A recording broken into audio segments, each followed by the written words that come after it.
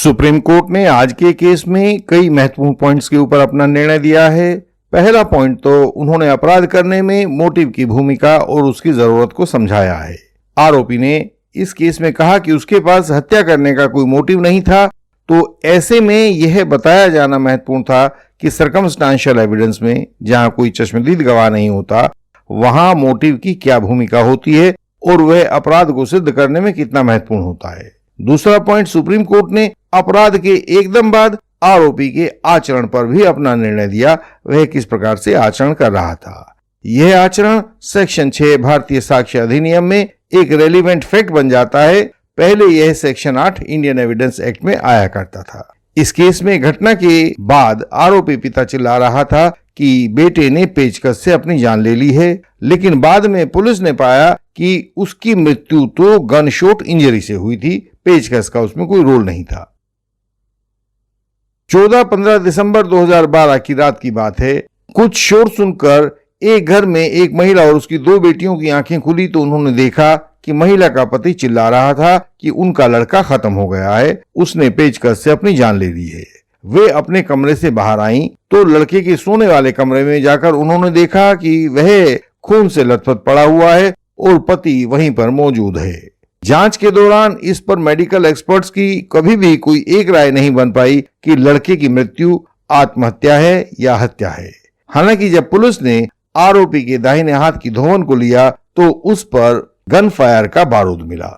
अपने स्टेटमेंट 313 में भी आरोपी ने यही कहा कि उनके घर का हर सदस्य गोली चलाना जानता था, लेकिन यह एक महत्वपूर्ण बात रही सारे केस में कि आरोपी के पास यह अपराध करने का कोई मोटिव है। इस बात को प्रोसिक्यूशन कभी प्रूव नहीं कर पाया। ट्रायल कोर्ट ने आरोपी पिता सुभाष अग्रवाल को मर्डर के लिए दोषी माना और उसको सजा कर दी। हाई कोर्ट ने भी ट्रायल कोर्ट के निर्णय से सहमति जताई और कन्विक्शन तथा सजा दोनों को बरकरार रखा। इस तरह से यह मामला सुप्रीम कोर्ट के सामने आया। आज के केस का नाम है Subhash Agarwal versus state of NCT Delhi. यह एक क्रिमिनल अपील थी जो एसएलपी क्रिमिनल नंबर 1069 ऑफ 2025 में फाइल की गई थी। इसे जस्टिस सुधांशु धूलिया और जस्टिस के विनोद चंद्रन की बेंच ने 17 अप्रैल 2025 को डिसाइड किया था।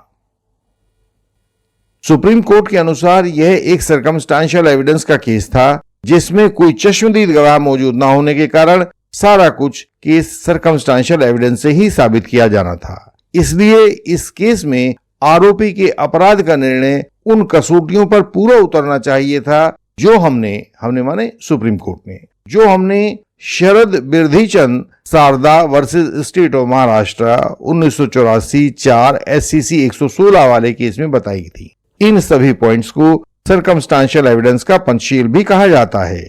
हमारे व्यूअर्स जानते हैं कि कानून को जितनी बार पढ़ा जाए उतनी बार यह नए से ज्ञात होता है, कुछ ना कुछ हमें नई बात का पता लगता है। तो सर्कमस्टांशियल एविडेंस पर सुप्रीम कोर्ट के द्वारा बिरधीचंद वाले केस में बताए गए 5 पॉइंट्स को हम आपके सामने नए सिरे से रख रहे हैं। पहला पॉइंट था, जिन परिस्थितियों से आरोपी का दोष साबित होता हो वे पूरी तरह से स्थापित होनी चाहिए।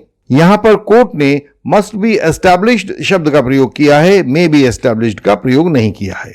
उन्होंने कहा कि आरोपी को अवश्य ही दोषी सिद्ध किया जाना चाहिए तथा दोषी हो भी सकता है, इस वाली बात से आरोपी को सिद्ध नहीं किया जा सकेगा। संदेह नहीं होना चाहिए, वह पूरी तरह से प्रूव होनी चाहिए। दूसरा पॉइंट है, जिन तथ्यों को सिद्ध किया जाए, प्रोसिक्यूशन जिनको प्रूव करे, उनसे केवल आरोपी के दोषी होने की बात ही साबित होती हो, अर्थात उन तथ्यों से आरोपी के दोष के अलावा और कुछ भी बात सिद्ध ना होती हो। तीसरा पॉइंट सुप्रीम कोर्ट ने बताया, जो तथ्य सिद्ध हुए हों उनके अलावा आरोपी के दोष सिद्ध होने के लिए किसी और अतिरिक्त तथ्य की आवश्यकता ना पड़ती हो। सिर्फ जो प्रोसिक्यूशन ने साबित किया है उसी के आधार पर आरोपी को दोषी सिद्ध किया जा सकता हो। चौथा पॉइंट है, जो तथ्य सिद्ध हुए हैं उनसे आरोपी के दोष के अलावा और कुछ भी बात साबित ना होती हो। पांचवा पॉइंट है, यह चेन ऑफ एविडेंस या साक्ष्य श्रृंखला अपने आप में इतनी पूर्ण हो कि किसी संदेह का कोई आधार ना बचता हो, जिससे यह लगे कि आरोपी निरपराध है।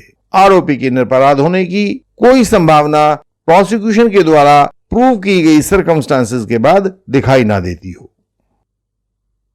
सुप्रीम कोर्ट ने कहा कि एक बंद घर जहां बाहर से कोई नहीं आया, वहां कोई भीतर वाला ही अपराध कर सकता है।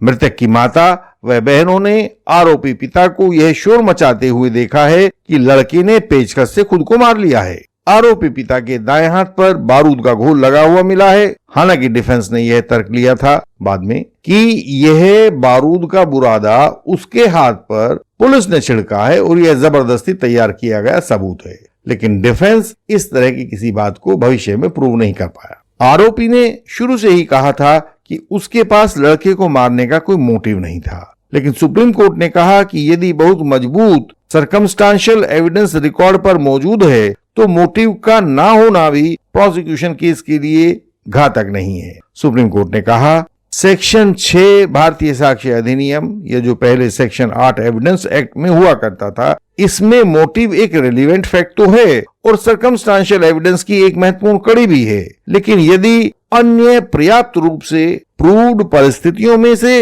मोटिव नहीं दिखाई देता है तो कोई बात नहीं, बिना मोटिव के भी अपराध होने को सिद्ध किया जा सकता है। मोटिव आवश्यक है लेकिन अनिवार्य नहीं है, यह सुप्रीम कोर्ट ने कहा। इस केस में सुप्रीम कोर्ट ने 2 पॉइंट्स को सबसे ऊपर रखा। पहला, मोटिव को प्रूव नहीं किया जा सका हो लेकिन अन्य सर्कमस्टांशियल एविडेंस पूरी तरह से शरद बिरधीचंद वाले केस के टेस्ट को पूरा करते हो तो आरोपी की कन्विक्शन की जा सकती है। दूसरी बात जो सुप्रीम कोर्ट ने सबसे ऊपर रखी वह यह है कि सुप्रीम कोर्ट ने कहा कि घटना के एकदम बाद आरोपी द्वारा अपने आप को बेगुनाह दिखाने का झूठा प्रयास आरोपी के आचरण को प्रूव करता है।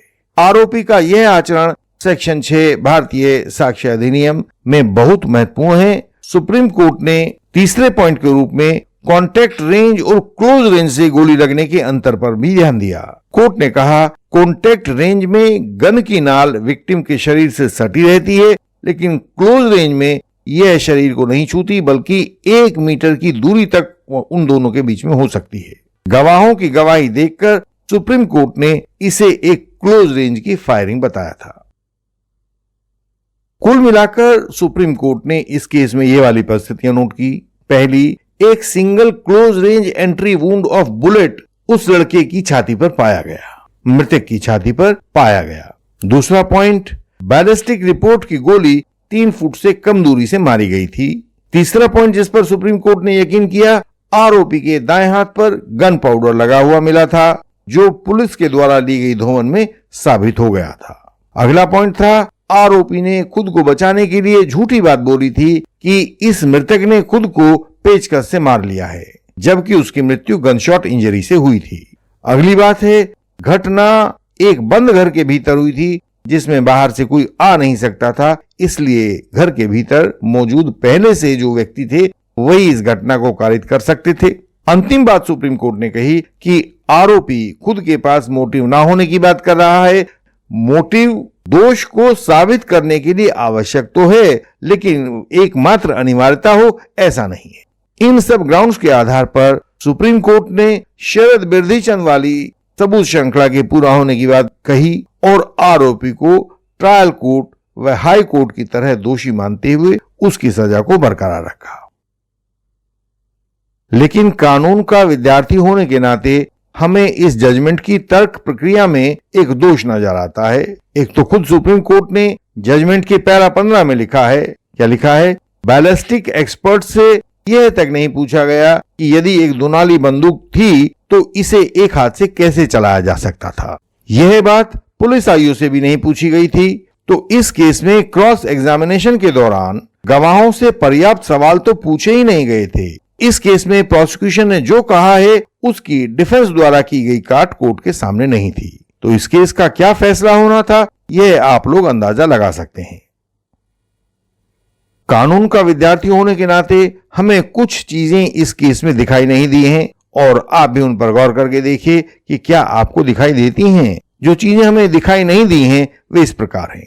पहली बात, ऐसी कोई बैलिस्टिक रिपोर्ट नहीं है जिसके अनुसार पाई गई गोली इसी गन से चलाई गई थी। दूसरा पॉइंट है, मृतक लड़के के शरीर में मिली गोली तथा गन से बनने वाले निशानों का मिलान नहीं किया गया था। हर गोली के ऊपर गन से चलने के बाद कुछ निशान बन जाते हैं, तो यह कहीं भी किसी रिपोर्ट में नहीं लिखा था कि शरीर के भीतर से पाई जाने वाली गोली इस ही गन से चलाई गई थी। यह कहीं मिलान नहीं था। तीसरा पॉइंट जो हम लोगों को इस केस में कहीं नहीं मिला, आरोपी पिता के ऊपर लड़के के खून के छींटे नहीं मिले थे। जैसे ही किसी विक्टिम के ऊपर गोली चलाई जाएगी, उसके शरीर से खून का फव्वारा छूटकर बाहर निकलेगा, जो पास खड़े हुए आरोपी के ऊपर भी गिरने की संभावना है। ऐसा इस केस में क्यों नहीं हुआ, कहीं भी प्रोसिक्यूशन ने नहीं बताया। अगला पॉइंट है, बुलेट का गन पाउडर केवल लड़के के शर्ट बनियान पर मिला था, आरोपी के हाथ पर मिला था, लेकिन जिस बेड पर मृतक लड़का लेटा हुआ था उस पर वह गन पाउडर क्यों नहीं मिला था। यह एक विचित्र पहेली है जिसे प्रोसिक्यूशन ने पूरे केस में कहीं साबित नहीं किया है। अंतिम पॉइंट है, लड़के की मां व बहनों की नींद आरोपी पिता के चिल्लाने से तो खुल गई बताई गई है, लेकिन वह कथित बंदूक से कथित गोली चलाए जाने के समय क्यों नहीं खुली थी। जिस समय आरोपी पिता चिल्ला रहा था उससे पहले तो वह गोली चला चुका था, तो गोली चलाने से उनकी आंखें क्यों नहीं खुली और वह केवल चिल्लाने से खुली। तो यह एक बड़ी पहेली थी जिसे प्रोसिक्यूशन ने कभी प्रूव नहीं किया था। कोर्ट ने कभी पूछा नहीं कि भाई ऐसा क्यों आप लोगों ने नहीं बताया है। इस केस में और भी बहुत से पेच है। यदि वह क्रॉस एग्जामिनेशन हमने यानी इंडियन लीगल सिस्टम ने किया होता तो उसका स्तर अलग होता, इस केस का नतीजा कुछ दूसरा होता। हमारा क्रॉस एग्जामिनेशन कहीं भी छिपे हुए फैक्ट्स को निकालकर बाहर ले आता है, जिससे कोर्ट आरोपी की बेगुनाही को भली भांति देख सके। इंडियन लीगल सिस्टम के पास झूठे गवाहों को तोड़ने के बहुत सारे कानूनी औजार हैं। बिना झूठे गवाहों को तोड़े आप फॉल्स एलिगेशन पर विजय नहीं पा सकते हैं। बाद में जीवन भर पछताते रहने से अच्छा है कि झूठे गवाहों को तोड़ने में इंडियन लीगल सिस्टम की विशेषज्ञता का सहारा लिया जाए।